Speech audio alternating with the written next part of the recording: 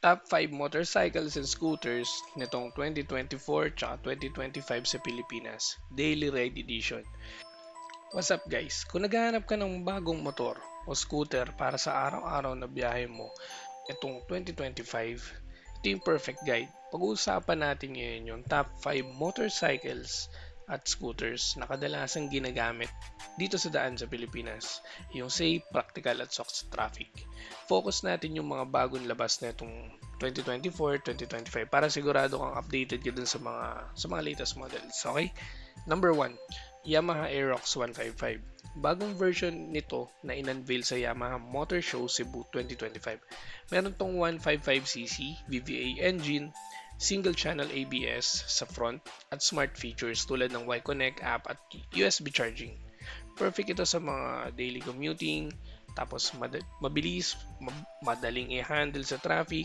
Kung gusto mo ng modern scooter, yung Aerox 155 talaga yung safe bet kasi may ABS na siya para sa mga emergency stops. Pogi pa. Number 2, Kymco Skytown. Nilaunch na nung October 2024 na featured dito sa mga motor shows.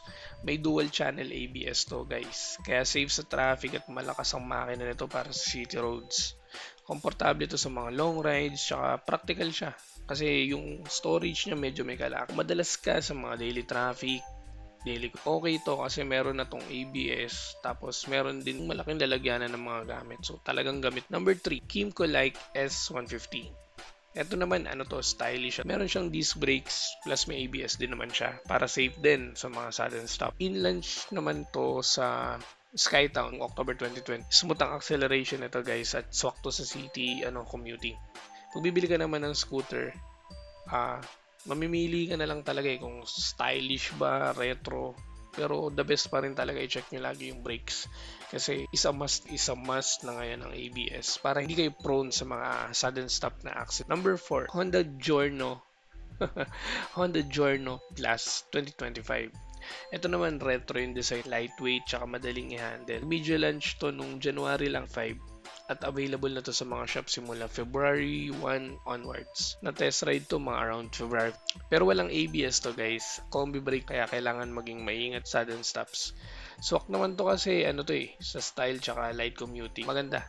Magandang choice. Honda Giorno Plus 2025 version. Number 5, Vespa Sprint Tech 1. Bagong variant to sa PH ng 2025 lang din.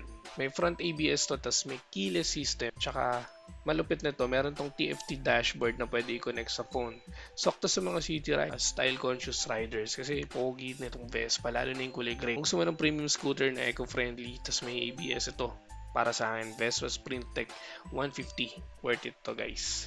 So quick recap natin yung top 5 scooters natin ng motorcycles ng 2024-2025. Yung number 1 natin is yung Yamaha Aerox 155 na equipped ng ABS. Number 2 natin is yung Kymco Skytown 150 dual ABS. Yung number 3 natin is yung Kymco Like S150 ABS siya. Honda Giorno Plus 2025 wala siyang ABS.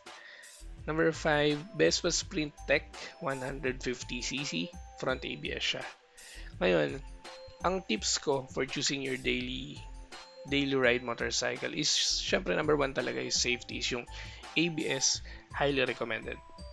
Number 2, yung comfort niya, check nyo na rin yung seat tsaka yung riding posture. Yan yung number 2 na need nyo i-check. Tapos sa mga features naman, i-check nyo kung may smart tech siya, storage, app connectivity na makakatulong sa inyo daily. Pero para sa akin, hindi na to masyado mahalaga. Mas okay sa akin tingnan yung kagaya ng mga brakes, storage.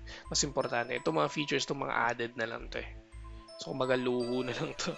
So, another one na tips pag pipili ka ng motorcycle for your daily ride, yung style versus function. Pumili ka ng ayon sa lifestyle mo tsaka budget. Kasi, mamaya, hindi naman pasok yung budget mo. Bibili ka ng mamahaling motor, pero pinilit mo yung budget mo, so nahihirapan ka naman ngayon bayaran. Ang ending nun, hahatakin lang yun. So, dalawang bagay lang yan, guys. Mahahatak o pinambatak. So, yan. Yan, guys. Top 5 motorcycles at scooters para sa daily ride nitong 2024-2025 nilabas sa Pilipinas. Sana nakatulong tong guide na to kahit paano sa pagpili ng perfect scooter nyo. Don't forget to like, share, and subscribe para updated tayo sa mga bagong motor guides. Okay? So stay tuned for more scooter and motorcycle guys. Ride safe. Wait a minute, get how you live it.